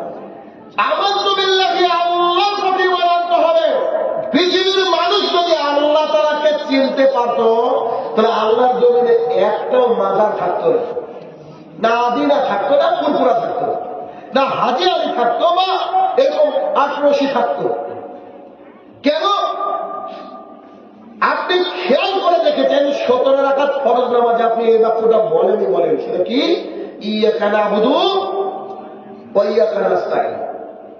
হে আমার প্রতিপালক, শুধুমাত্র কেবলমাত্র তোমার ইবাদত করি আর তোমার কাছে সাহায্য চাই। তাহলে আল্লাহকে বলছি আমি তোমার ইবাদত করি আর তোমার কাছে সাহায্য চাই, অথচ আমার সন্তান হয় না, পীরের বাড়িতে যাচ্ছি আমি, তাহলে কি আল্লাহর সাথে বাঁধতে পারি না? এক মিনিট, এলাকায় কি গরু ছাগলের বাচ্চা হয়? দেখেছেন নিশ্চয়ই। মুরগিকেও ডিম দিয়ে ডিম ফুটে বাচ্চা বেরোতে দেখেননি? এলাকায় কুকুরের বাচ্চা দেখেছেন? আমার মনে হয় সবচেয়ে বেশি কুকুরের বাচ্চা হয়, তাই না? পৃথিবীর কখনো কোনো কুকুরকে দেখেছেন নাকি মাজারে গিয়ে বলছে বাবা আমার সন্তান না? দেখছেন? যাই কারা? মানুষ। আল্লাহ তাআলা কোরআনে বলছে বারহুম আযান, এরা পশুর চেয়ে নিস, মানে কুকুরের চেয়ে নিস। মানে একটা কুকুরও জানে বাচ্চাদের মালিককে, অথচ মানুষ জানে। বিনা পুঁজির ব্যবসা খুলে বসেছে আব্বাস সিদ্দিকী, আর আমরা গিয়ে কাবিজ দিতে যাচ্ছি যে আমার সন্তান মানে সন্তান। কি বলেন? এটা তো হিসাব, এটা হিসাব। আমানতু বিল্লাহি, আল্লাহর প্রতি ঈমান আনতে হবে। যে ব্যক্তি আল্লাহর প্রতি ঈমান আনে ও যদি আল্লাহর উপরে তার তাওয়াক্কুলটা কমপ্লিট করে নেয়, শক্ত করে নেয়, পৃথিবীর কোনো ভয়, পৃথিবীর কোনো ডর ওকে একটু হেলাতে পারবে না। কেন? আল্লাহর উপরে ঈমান আনতে হবে। আপনার সন্তান দিয়েছে আল্লাহ, আলহামদুলিল্লাহ। আপনার সন্তান কেড়ে নিয়েছে, আলহামদুলিল্লাহ। সন্তান দেওয়ার মালিক আল্লাহ, সন্তান দেওয়ার মালিক আল্লাহ, না দেওয়ার মালিক আল্লাহ। আল্লাহর উপরে সন্তুষ্ট থাকতে হবে, সন্তুষ্ট থাকতেই হবে। কেন? আল্লাহ যে মেকানিজম এটা আল্লাহ তাআলাই বুঝে, আমরা বুঝি না। কেমন? একটু দেখেন তো, গোটা পৃথিবীর সমস্ত সৃষ্টির দিকে তাকিয়ে দেখেন, সমস্ত সৃষ্টির মধ্যে সেরা জীব হচ্ছে মানুষ। মানুষ না? আল্লাহ সুবহানাহু ওয়া তাআলা যদি মায়ের পেটের মধ্যে আপনাকে আমাকে 32টা দাঁত দিয়ে দিত, মা কি জীবিত থাকতো? কথা বুঝতে পেরেছেন কি? মা কি জীবিত থাকতো? থাকতো। আচ্ছা একটু খেয়াল করে দেখেন তো, এই 20 দিন পর পর 15 দিন পর পর চুল কাটতে যায়, আল্লাহ তাআলা যে চুলের মতো দাঁতের ব্যবস্থা করে দিত, বুঝতে পেরেছেন কি? সব ঠিক আছে, এই নাকটাকে যদি আল্লাহ তাআলা ডান এই বাম দিকে দিয়ে দিত, ভালো লাগতো? কিচ্ছু না। আল্লাহ তাআলা এই চোখগুলো যদি উপরে দুটো লাগিয়ে দিত, আপনি তো সেই মাবুদের ইবাদত করেন, আপনাকে আমাকে সুন্দর করে তৈরি করেছে। কত সুন্দর! কত সুন্দর মানুষ তিনি তৈরি করেছেন। তাহলে ইমান আনতে হবে কার প্রতি? একমাত্র আল্লাহ তাআলার প্রতি। কিছু চাইতে হলে কার কাছে চাইতে হবে? স্যান্ডেলের জুতার ফিতা ছিঁড়ে গেছে, ফিতা ফিতা স্যান্ডেলের ফিতা, এটা চাইতে হবে কার কাছে? বলেন আল্লাহ কাছে, নাকি অন্য জায়গায় চাইবেন? কোন জায়গায় চাইতো মানুষ। এক লোক, এটা একটা ছোট্ট গল্প, আমি গল্প বলি না, আমি বোঝানোর জন্য। এক লোক মাঠের মধ্যে দিয়ে যাচ্ছে গরু কিনতে, কেন? আগামী কালকে তার মেয়ের বিয়ে। একজন ব্যক্তি ওই জমিতে কাজ করছে, তাকে বলছে, ভাই আপনার বাড়িতে গিয়েছিলাম, ভাবিকে বলে গেছে নিমন্ত্রণ, গোটা বাড়ি নিমন্ত্রণ, কি বলে এটাকে, সবটা মানে পুরো বাড়ি নিমন্ত্রণ, কালকে যাবেন, গিয়ে আমার বাড়িতে খেয়ে আসবেন। তো ভাই কোথায় যাচ্ছেন? গরু কিনতে যাচ্ছে হাটে। তো বলছে ইনশাল্লাহ বলেন। কি বলছে? ইনশাল্লাহ বলেন। ওটা আশ্চর্য পাবলিক, আপনি এই আপনারা ইমানদার মানুষ, দাঁড়িয়ে লোকজনে এরকম, আরে ভাই পকেটে টাকা হাতে গরু, এর মধ্যে ইনশাল্লাহ আসবে কেন? ও বলেছে কি পকেটে টাকা হাতে গরু, এর মধ্যে ইনশাল্লাহ বলার কি আছে বলেন তো? আপনারা দাঁড়িয়ে লোক না, খালি সবসময় ইনশাল্লাহ কি ভাই বাইরাত করে না যাই তাই। ওকে বলেছে আচ্ছা ঠিক আছে। বেচারা চলে গেছে মাঠে, এই হাটে, মাঠ থেকে মাঠের রাস্তা ধরে হাটে গিয়ে একটা গরু দাম দর করে পকেটে হাত ঢুকে দেখছে পকেট তো আছে, লেকিন টাকা নেই। পকেটের তলাটা কেটে টাকা, হাতে তো পকেট মার ভাই। তখন ওর মাথা খারাপ, আল্লাহ কি হলো? বাড়ি যখন ঘুরে আসছে, ঘোরার সময় বলছে কি ব্যাপার, গরু কই গো? বলছে ইনশাল্লাহ পকেট মার হয়ে গেছে। তো বলছে ভাই পকেট মার হয়ে গেল, তাহলে কালকে নিমন্ত্রণ কি? বুঝি ইনশাল্লাহ আসেন। এখন কি করবে? বুঝি ইনশাল্লাহ বাড়িতে যায়। মানে বাঙালি বিপদে না পড়লে তো বুঝে না, কথা বুঝে। তো আল্লাহ সুবহানাহু ওয়া তাআলা সবকিছুর মালিক, চাইতে হবে তার কাছে। তার কাছে চাইলে তবে না আপনি সম্পদ পাবেন, সন্তান পাবেন। অন্যজনের কাছে চাইলে পাবেন কি? পাবেন না। কেন? এক মিনিট, এলাকায় ইট ভাটা আছে, ইট ভাটা। আচ্ছা, আমার জানা মতে ইট ভাটার শ্রমিকরা সবচেয়ে বেশি পরিশ্রম করে। আমরা যখন প্রোগ্রাম করে যাই, প্রতিদিন প্রায় যাতায়াত হয় আমাদের দিকে। কালকে আবার যেমন দিনাজপুর আছে, তো ইট ভাটার শ্রমিকদেরকে দেখা যায় না 1:30টা 2টার সময় বাড়ির থেকে বেরিয়ে যায়। দেখেন কেউ কোনোদিন? কেন? ভোর ভোর গিয়ে ইট কাটতে হবে। সারাদিনে কাজ করে একটা ইট ভাটার শ্রমিকের বেতন কত? 400-500 এরকম, আমি জানি না, 400-500। তো 400-500 টাকার জন্য ওই ব্যক্তি সারাদিন খেটেছে, কি পরিশ্রম করেছে। আর একজন মাস্টার, হাই স্কুলের হেডমাস্টার, স্কুলে গিয়ে খালি সিগনেচার করে চলে গেছে, ওর বেতন কত? 80 টাকা। বুঝতে পেরেছেন? যে নেতা মন্ত্রী আছে, অত সইও করা লাগে না, এমনি কোটিপতি, জনগণের মাল মেরে কোটিপতি। তাহলে যদি মেহনত করে ইনকাম করা যেত, ইট ভাটার শ্রমিকরা সবচেয়ে বেশি কোটিপতি হতো, যে কিনা? তাহলে মেহনত করে সম্পদ বলে আসে না, সম্পদ আসে কার কাছ থেকে? আল্লাহর কাছ। এখন প্রশ্ন, তো ও আবার কি অপরাধ করলো? আল্লাহকে ইট ভাটার শ্রমিক করলো। ও অপরাধ এইটা করেছে যে আল্লাহ তাআলা তার ভাগে জান্নাত লিখে রেখেছে। কেন? একজন বড় লোকের চেয়ে গরিব মানুষ 500 বছর আগে জান্নাতে যাবে। ভাবেন না যে ইট ভাটার শ্রমিকরা সবাই জান্নাতি। উদাহরণ দিচ্ছে আপনাকে। কেন কি কিয়ামতের মাঠের একটা দিন সমান পৃথিবীর 50,000 বছর। ভাবা যায়? তাহলে এদিকে 60 বছর তো কিছুই না, আল্লাহর কাছে গিয়ে আপনি বেনিফিট পেয়ে যাবেন। এই জন্য আলহামদুলিল্লাহি আল্লাহর প্রতি মানতে হবে। সন্তান আল্লাহ নিয়ে নিয়েছে, তখন বলবো আলহামদুলিল্লাহ, এরপরে বলবো ইন্নালিল্লাহি ওয়া ইন্না ইলাইহি রাজিউন। কেন? কারণ আল্লাহর প্রতি রাজি খুশি যদি থাকতে পারেন, তাহলে আপনি ইমানদার আছেন। তাহলে এরপর থেকে কোনো কিছু চাইলে কার কাছে চাইবেন? বলেন আল্লাহর কাছে। আপনার স্ত্রীকে বলবেন আল্লাহর কাছে চাইতে, অথচ আপনার স্ত্রীর স্বভাব একটু বলি। আপনার স্ত্রী কেমন? ফলের দোকানে নিয়ে গিয়েছিল আপনার স্ত্রীকে, ফল কিনছে, বলছে 1 কেজি আপেল দেন তো, 10টা কমলা দেন, তো কলাগুলা দেখতে ভালো লেগেছে, তো কলাগুলা থেকে বলছে সুন্দর কলা, 8টা কলা দিন।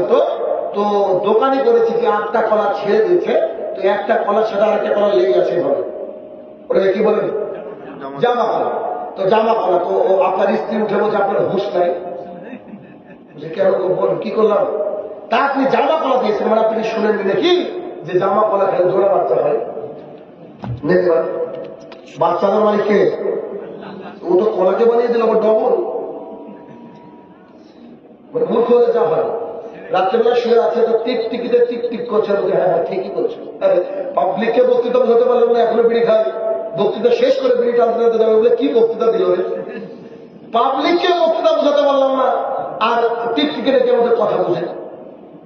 ঠাকুরে যেতে এলাকায় এসে বলছে একটা অস্ত্রের হাতে আম কিনেন, আপনার ভাগ্য ভালো হয়ে যাবে, 301 টাকা। তো তুই ঘুরিস কেন? বুঝলেন? ও যদি ওই আংটি দিয়ে ভাগ্য পরিবর্তন করতে পারত, ও তো নিজের ভাগ্য নিজে পরিবর্তন করে কোটিপতি হতো। আরে বাংলাদেশের শাহজালাল সিলেট রহমতুল্লাহ নাম শুনেছেন? শাহজালাল নাম তো শুনলেন? সিলেটের সবচেয়ে বড় মাজার। সিলেটে একটা বক্তৃতা ছিল আমার, তা আমি মাস্ক পরেছি, বুঝলেন, মাস্ক পরেছি, তারপর মানুষ চিনে নিয়েছে আমাকে। আমি যে পুরো ভিডিও করছি যে কিভাবে শিরক হয় মাজারে, ওরা আমাকে চিনে ফেলে ঘিরে ফেলবে। তা আমি ড্রাইভারকে বলেছি তুই গাড়ি স্টার্ট দে, পালিয়ে বেঁচেছি, আল্লাহ বাঁচিয়েছে আলহামদুলিল্লাহ। তো ওখানে আমি ভিডিও করার সময় বলছি যে মাজারের লোকের যদি, মাজারের যিনি শুয়ে আছেন তার যদি ক্ষমতা থাকতো মানুষকে সাহায্য করার, তো মাজারের বাইরে কোনো ভিখারি উঠে যেত না। কথা বুঝলেন? যদি মাজার বলার ক্ষমতা থাকতো মানুষকে উপকার করার, তোমার সামনে কি ভিখারি বসে থাকতো? কথা বলতো যা তুই এদিকে প্রধানমন্ত্রী।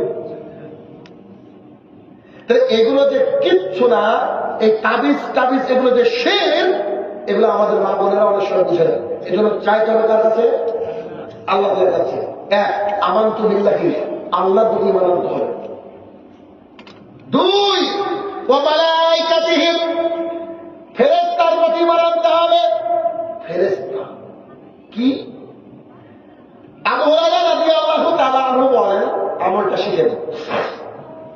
রাসূল সাল্লাল্লাহু আলাইহি সাল্লাম বলেছেন, কোন ব্যক্তি যদি ওযু করে বিছানায় গিয়ে ডান কাতে শুয়ে ওই সূরা বাকারা 255 নম্বর আয়াত পাঠ করে, আয়াতুল কুরসি পড়ে, কি করলো? ওযু করলো। ডান কাতে শুয়ে বা বিছানায় গিয়ে আয়াতুল কুরসি পাঠ করে, এই ব্যক্তি ঘুমে গেল। রাসূল সাল্লাল্লাহু আলাইহি ওয়াসাল্লাম বলছেন আল্লাহ সুবহানাহু ওয়া তাআলা তার পাশে একটা ফেরেশতাকে গার্ড পাঠিয়ে দেন। সুবহানাল্লাহ বলুন। আচ্ছা, ফেরেশতার কাজটা কি দেখেন? এই জন্য আমি মাঝে মাঝে বলি যে মানুষকে মশাই কামড়ালো নাকি, মশাটা কামড়ালো নাকি, কি করে? হাদিসটা বুঝেন। রাসূল সাল্লাল্লাহু আলাইহি ওয়াসাল্লাম বলেন ওই ব্যক্তি যতবার এপাশ ওপাশ করে ফেরেশতা তত নেকি লিখতে থাকে। তো মশাই কামড়ালে তো মানুষ এপাশ ওপাশ করে, তাই বলে আমার মশাই টাঙিয়ে এরকম করেন না। উদাহরণ দিলাম আপনাকে। হাদিস এখানে বলা হচ্ছে কি যে একজন ব্যক্তি যদি রাত্রিবেলায় ঘুমানোর সময় আয়াতুল কুরসি পড়ে, তার সাথে ফেরেশতা গার্ড হয়। আনাস ইবনে মালিক রাদিয়াল্লাহু তাআলা বলেন, রাসূল সাল্লাল্লাহু আলাইহি সাল্লাম বলেছেন আল্লাহ সুবহানাহু ওয়া তাআলা প্রতিদিন ফজরের পরে দুজন ফেরেশতাকে পাঠিয়ে দেন। একজন ফেরেশতা বলতে থাকে, আল্লাহ, যে ব্যক্তি দান করে তার সম্পদকে তুমি বাড়িয়ে দাও। আর আরেকজন বলতে থাকে, যে ব্যক্তি কৃপণ তার সম্পদকে তুমি সংকুচিত করে দাও। প্রতিদিন 1 টাকা 2 টাকা হলো দান করেন। আমি আপনাকে বোঝাচ্ছি ও মালাইকাতিহি, ফেরেশতা। আমাদের ডান কাঁধ বাম কাঁধে কি ফেরেশতা নাই? সবকিছু লিখছে, সবকিছু লিখছে, কিচ্ছু বাদ যাবে না। কিয়ামতের মাঠে সব একেবারে জলজল জলজল জলজল জলজল করবে। আরো দেখবেন ফেরেশতা কাকে বলে, একটু দেখেন। সাফওয়ান ইবনে আসলাম রাদিয়াল্লাহু তাআলা আনহু বলেন, আমি মুহাম্মদ সাল্লাল্লাহু আলাইহি ওয়াসাল্লামকে খুঁজতে খুঁজতে গিয়ে দেখছি মসজিদে একটা লাল চাদর গায়ে দিয়ে বসে। আমি বললাম, আল্লাহ রাসূল সাল্লাল্লাহু আলাইহি ওয়াসাল্লাম, আমি আপনার কাছে ইলম শিখতে আসলাম, জ্ঞান শিখতে আসলাম, জ্ঞান নিতে আসলাম। তখন রাসূল সাল্লাল্লাহু আলাইহি ওয়াসাল্লাম বলছে, আহলান সাহলান, শোনো শোনো শোনো, যে ব্যক্তি ইলম নিতে আসে তাদেরকে ফেরেশতারা এইভাবে ঘিরে ধরে, এইভাবে ঘিরে ধরে গল্প করতে করতে করতে করতে করতে 27 মানে চলে যায়। বুঝতে পারে না, এবার বুঝতে পারে কেমন? বহুদিন পর আপনার বাড়িতে একটা আত্মীয় এসেছে, খুব কাছের আত্মীয়। তো আপনি বলছেন চলেন বাসুদেবপুরে ছেড়ে আসি। হাঁটতে হাঁটতে হাঁটতে গিয়ে দেখছেন যে বাসুদেবপুরে পৌঁছে দিয়েছেন, মানে হিসাবই নাই, হয় কি হয় না? খুব কাছের মানুষ হলে। তো ফেরেশতারা যারা ইলম নিতে আসে তাদেরকে কিভাবে এভাবে ঘিরে ধরে এবং গল্প করতে করতে এদের প্রশংসা করতে করতে 7 আসমানে পৌঁছে দেয়। 1 আসমানে পৌঁছেছে 500 বছর সময় লাগে, 7 আসমানে 35 বছর ফেরেশতা পৌঁছে যায়। ও বুঝতে পারে না। আপনারা এখন কোথায় এসেছেন বলেন? আপনারা এসেছেন ইলম নিতে কিনা? এই নিয়ে কিন্তু এসেছেন, এই নিয়ে তো এসেছেন ইলম নিব তারা। এখন আপনাকে আমাকে ফেরেশতারা ঘিরে ধরে বসে আছে, ফেরেশতারা উপরে যাচ্ছে। আর শুনবেন, আর শুনেন, আবু হুরায়রা রাদিয়াল্লাহু তাআলা আরো বলেন, রাসূল সাল্লাল্লাহু আলাইহি সাল্লাম বলেছেন, আল্লাহ তাআলার জমিনে যখন আল্লাহর প্রশংসা করা হয়, আমরা শুরুতে আলহামদুলিল্লাহ বলেছিলাম কিনা? বলেছিলাম। আল্লাহ তাআলার জমিনে যখন বান্দারা আল্লাহকে না দেখে, আমরা কি আল্লাহকে দেখেছি? সম্ভব না। আমরা তো আবু হানিফা যে দেখবো, কত বড় ক্ষমতা আমাদের না, কত বড় মিথ্যা কাহিনী লিখে, গাঁজা তো খাই খাই, এক্সপায়ার ডেট খাই। তো কারণ মানুষের কোন চোখ আল্লাহকে দেখতে পাবে না। কখন পাবে? জান্নাতে। জান্নাতে আল্লাহকে দেখা যাবে। আচ্ছা শোনেন তো, আল্লাহ সুবহানাহু ওয়া তাআলা তার কাছে থাকা ফেরেশতাকে বলে, এখন বলছে, এখন বলে, এই ওই যে শিবপুরে আজকে প্রোগ্রাম হচ্ছে, তো এরা যে আমার প্রশংসা করলো, এরা কি আমাকে দেখেছে? ফেরেশতা বলছে, না আল্লাহ, তোমাকে তো দেখা যায় না, মানে পৃথিবীর কোনো চোখ তোমাকে দেখতে পারে। ও আচ্ছা, ও আমার প্রশংসা করলো কেন আমাকে না দেখে? তো ফেরেশতা বলছে, ও আমরা কি জানি কেন করলো? আল্লাহ তাআলা বলছে, কি করা যায় বলতো? ফেরেশতা বলছে, আপনার বান্দা, আপনি মাহবুব, কি করবেন আপনার ব্যাপার। আল্লাহ তাআলা বলছে, আমাদেরকে ক্ষমা করে দিল। সুবহানাল্লাহ। কথা বুঝতে পেরেছেন? নিয়াত যদি ক্লিয়ার থাকে তাহলে আল্লাহর কাছে ক্ষমা পাওয়া যাবে, শুধু মজলিসে বসে থাকা যাবে, শুধু মজলিসে বসে থাকা যাবে। তাহলে কি? মালায়েকাতিহি, ফেরেশতার প্রতি ঈমান আনতে হবে। 3 নম্বর, রাসূলিহি, রাসূলের প্রতি ঈমান আনতে হবে। রাসূলের প্রতি ঈমান আনতে গেলে দাড়ি চেঁচে ফেলতে হবে নাকি? দাড়ি চেঁচে বেটা ফেসবুকে পোস্ট মারে, আই লাভ মুহাম্মদ সাল্লাল্লাহু আলাইহি ওয়াসাল্লাম। তুমি বাটপারের উপরে পিএইচডি করছো না? হ্যাঁ, দাড়ি চাষালো কি মোহাম্মদ সাল্লাল্লাহু আলাইহি ওয়াসাল্লাম ভালোবাসতে পারে? আপনি একটা এলাকার লোকের সাথে যদি বলে যে আমি এখন একে খুব ভালোবাসি, ও খুব ভালোবাসি, কিন্তু কিছু চাইলে দিব না, এটা কি ভালোবাসা হলো? এখন শুভেন্দু অধিকারী যদি বলে যে আপনি মুসলমানকে ভালোবাসি, এ কথা যদি ও বলে, বিশ্বাস করবে পৃথিবীর কেউ? ওর নিজের স্ত্রী তো বিশ্বাস করবে। বিয়ে করেছে তো নাকি? ওদের তো বিয়ে দেওয়া লাগে করে দিতে না, ও সব ওইভাবে মারা দেওয়া, ঠিক আছে না? তো ওদের বলুনই তো বিয়ে করে ছেড়ে দিয়েছে, তখন আবার কি করবে? তো এই হচ্ছে অবস্থা যে আল্লাহ রসুলকে মেনে নিতে হলে আল্লাহ রসুল যা বলেছে তাইকে মেনে নিতে হবে, ঠিক আছে না? প্যান্টটা কিনেছি, কিনার পরে এখান থেকে কেটে ফেলেছি, কেন? আল্লাহ রাসূল সাল্লাল্লাহু আলাইহি ওয়াসাল্লাম বলেছে তাই। দাড়ি গোপটা ছেড়েছি গতকালকে, কিন্তু দাড়িটাকে হাত দেওয়ার কোনো ক্ষমতা হয়নি আমার, কেন? রাসূল সাল্লাল্লাহু আলাইহি ওয়াসাল্লাম দাড়িকে ছেড়ে দিতে বলেছে। গোপ ব্লেড দিয়ে চাষলে জায়েজ নয়, কাঁচি দিয়ে অথবা ট্রিমার দিয়ে ট্রিম করতে হবে, কেন? আল্লাহ রাসূল সাল্লাল্লাহু আলাইহি ওয়াসাল্লাম বলেছে তাই। এখন যদি রাজস্থান থেকে উঠে এনে কুরবানি করেন, কুরবানি হবে কি? কুরবানির নামাজের দিনে 1 মিনিট আগে, নামাজের আগে যদি কুরবানি করেন, কুরবানি হবে, কিন্তু কুরবানির 3 দিন পরে কুরবানি করলে কুরবানি হবে, কেন? মুহাম্মদ সাল্লাল্লাহু আলাইহি ওয়াসাল্লামকে মেনে নেবেন না, আমি তাশরিক। তাহলে ব্যাপারটা কি? ও রসুলহি, রসুলকে মেনে নিতে হবে, রসুলকে এভাবে মেনে নিতে হবে। আমার ছেলের বয়স 12 বছর, গতকালকে রাত্রিবেলায় খাবার খাচ্ছে, বলছি বেটা দাড়ি চাষা লোক দেখে তোমার কেমন মনে হয়? আমার ছেলে বলছে শুয়োরের মতো লাগে। আমি বললাম যে তুমি তোমার বাপের মতো হচ্ছ, কথাকে কন্ট্রোল করো কথা।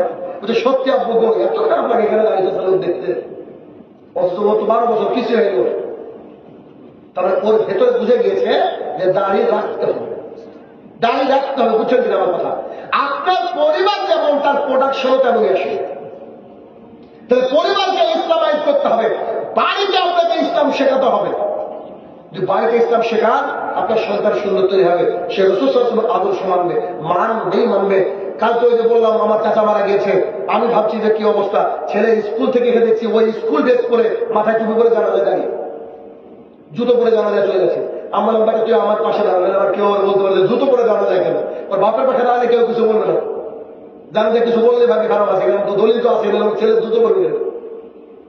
তো আমার পাশে দাঁড়িয়ে সালাত আদায় করলো, আমি ওকে ডাকিনি, বিশ্বাস করেন আমি ওকে জানি না স্কুল থেকে চলে জানা যায় কেন, ও বুঝে গিয়েছে যে আমাকে সালাত আদায় করতে হবে, এটা একটা ব্যাপার।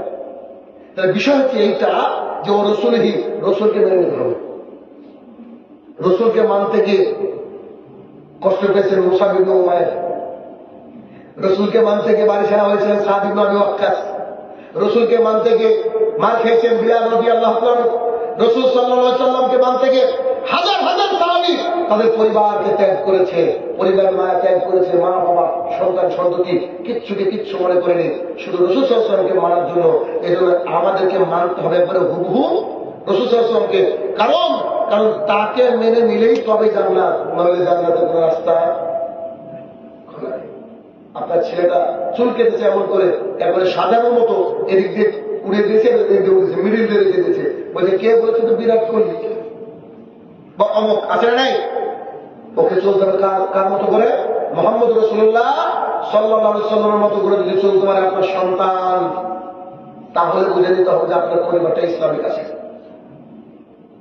তাহলে কি রসুলহি, ইন শর্ট করছে অনেক রাত হয়েছে, বুঝলেন না, রসুলহি, রসুলকে মেনে নিতে হবে, এক এনি কষ্ট রসুলকে মেনে নিতে হবে। যদি পৃথিবীর সমস্ত বুলডোজার আপনার বুকের মধ্যে যায়, তখন তাকে মেনে নিতে হবে সাল্লাল্লাহু আলাইহি ওয়াসাল্লাম। মানতে রাজিয়েছেন? বলে ইনশাআল্লাহ।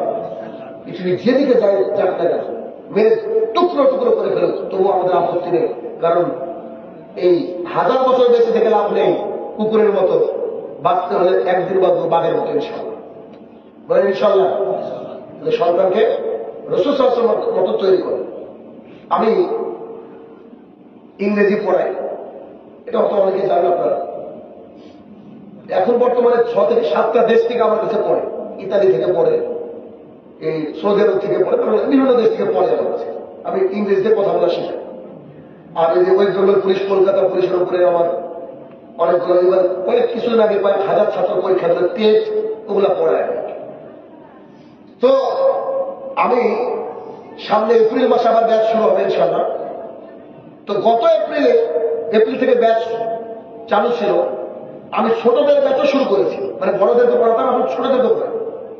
আমার উদ্দেশ্য হল আমি শেখাই ইংরেজি, কিন্তু আমার কাছে 50 দিন 60 দিন 3 মাস ক্লাস করার পরে গ্যারান্টি ও নামাজ ধরবে ইনশাআল্লাহ। এতটুকু আমার মধ্যেই আছে, মানে আমি এমন ভাবে পড়াই, এটা আমার টেকনিক। আমার কাছে আপনি 30 দিন ক্লাস করলে অটোমেটিকলি 20টা হাদিস আপনার মুখস্থ হবে, কিন্তু আপনি শিখছেন কি ইংরেজি। আপনি আমার ইউটিউবে ভিডিও দেখবেন, আমি হাদিস দিয়ে পড়াই, অথচ আপনি একটা হিন্দু ছাত্রকে জিজ্ঞাসা করবেন যে শাহিনুর রহমান স্যার বা শাহিন স্যার বলে আমাকে চেনে মানুষ, শাহিন স্যার কেমন, বলবে কলিজা লাগলে কলিজা দিয়ে দেবো, এত ভালোবাসা। আমি যখন বলি যে এবার কি তোরা পাশ করতে পারবি রে, তো হিন্দু ছাত্ররা আগে বলে ইনশাআল্লাহ স্যার। তারা শিখেছে, আমি আমার উদ্দেশ্য। তো ওই যে একটা বই আমার কাছে আছে, যে সোনামণি স্পোকেন ইংলিশ, যারা দরকার হবে নিয়ে নেবে, খুবই গুরুত্বপূর্ণ, এগুলা বাচ্চাদের লাগবে। এই বইটাও নাই, এটাও নাই, 30-30 ইংলিশ টেপের জন্য, এটা তো ওই জন্য পুলিশ, কলকাতা পুলিশের জন্য অনেকগুলো বই লেখা আছে আল্লাহ রহমতে, আলহামদুলিল্লাহ। তো এটা আনলাম, এটা কয়েক পিস আছে, বোধহয় অল্প জানি না কত পিস আছে, ড্রাইভার জানে। তো এটা থেকে পড়ানি বাচ্চাকে, অথচ পড়াচ্ছি ইংরেজি, কিন্তু ছেলেকে কি শেখায়, নামাজ শিখবে, আরবি শিখবে। আরবি বলতে মানে ও তরবিয়ত শিখবে। একটা সন্তান যদি অবাধ্য সন্তান হয়, বাবা মার কথা শুনে না, ওকে আমার কাছে ভর্তি করে দেন, ওই সন্তান দেখবেন আমার কাছে ক্লাস করার 10 দিন পর থেকে আপনার খারাপ ব্যবহার করে টাকা ফেরত।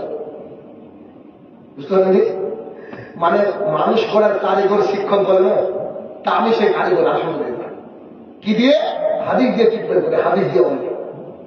আগামী এপ্রিলে চেষ্টা করবেন আপনার সন্তানকে আপনি নিজে ভর্তি হতে পারবেন, সন্তানকে ভর্তি করবেন ইনশাআল্লাহ। তাহলে কি আমরা কার আদর্শ মানবো? রাসূল সাল্লাল্লাহু আলাইহি ওয়াসাল্লাম। 4 নম্বরে রাসূল সাল্লাল্লাহু আলাইহি ওয়াসাল্লাম বলেন কুতুবিহি, কিতাবের প্রতি আমল করতে হবে। কিতাবের প্রতি বিশ্বাস আনতে। কিতাবটা কি? কোরআন এবং সুন্নাহ। হাতে হাতে আমল না, কোরআন এবং সুন্নাহ।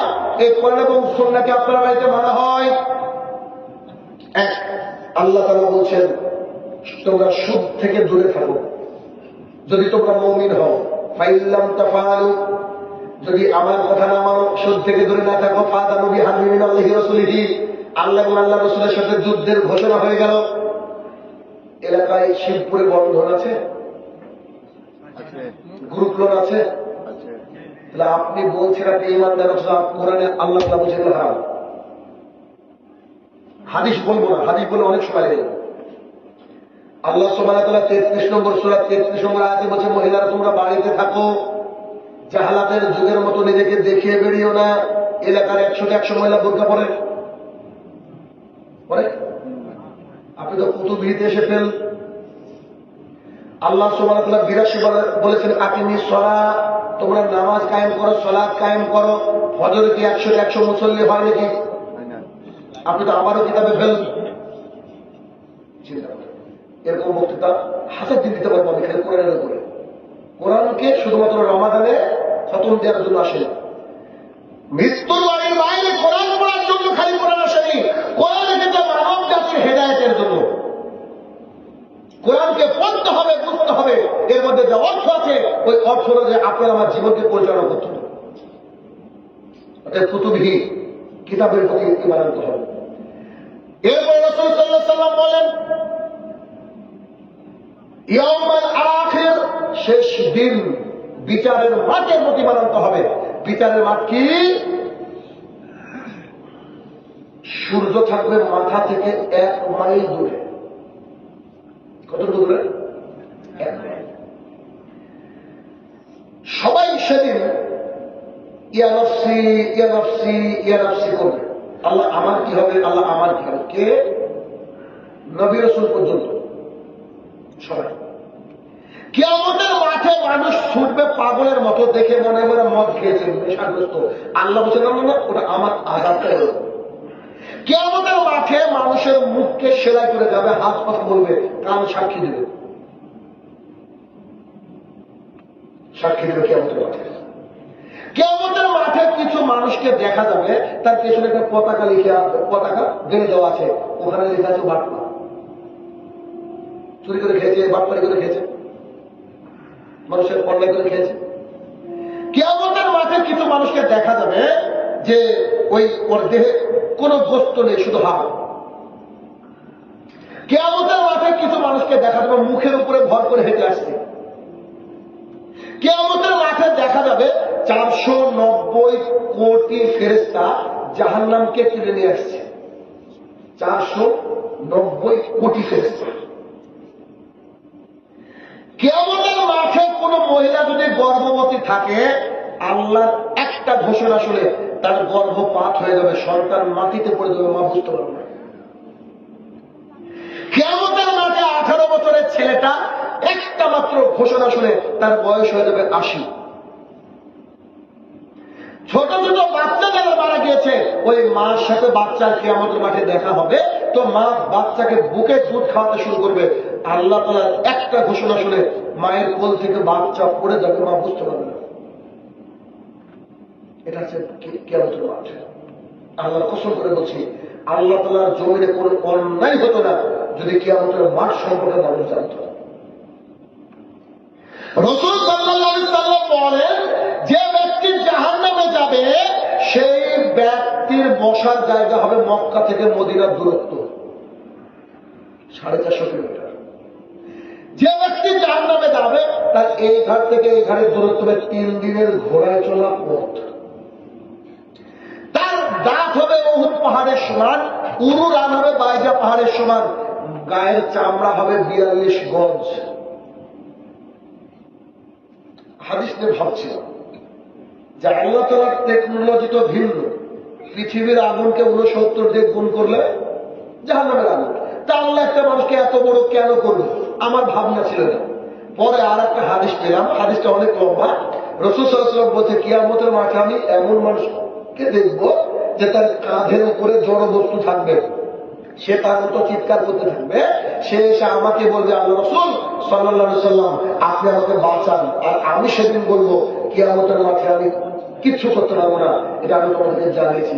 তখন মনে হলো ওই যে পঞ্চায়েতের মেম্বার, প্রধান, এমএলএ, এমপি মানুষের ঘর এসেছে খেয়ে নিয়েছে, মানুষের পায়খানা এসেছে খেয়ে নিয়েছে, মানুষের চাল গমের বীজ, ধান গমের বীজ এসেছে খেয়ে নিয়েছে, সব তাদের উপরে তুলে দেওয়া, তো কাজ তো বড়ই লাগবে। বুঝলেন? কে উট চুরি করেছে, উট চাপিয়ে দেওয়া হবে, কে চাল চুরি করেছে, চাল চাপিয়ে দেওয়া হবে। এদেশের নেতা মন্ত্রীরা তো সবাই তো প্রায় বললাম বাঁচার জন্য সবাই, বুঝলেন? আপনি আমাদের নেতা দেখান তো, অথচ 7 শ্রেণী মানুষ জান্নাতের এই আল্লাহ তাআলা ছাড় করে থাকবে, 1 নম্বর ইমামুল আদেল ন্যায় পরায়ণ নেতা দেখান একজন, খালি টাকার 6 লাখ ছাড়া কিছু করতে পারে, শুধু জনগণের মাল খেয়ে নেবে, এমন পরিস্থিতি। তাহলে কি কিয়ামতের মাঠ 6 নম্বর শেষ বাক্য রাসূল সাল্লাল্লাহু আলাইহি ওয়াসাল্লাম বলেছেন কাদির শাদিন আল্লাহ সুবহানাহু ওয়া তাআলা, ভালো এবং মন্দের মালিক কে? আল্লাহ।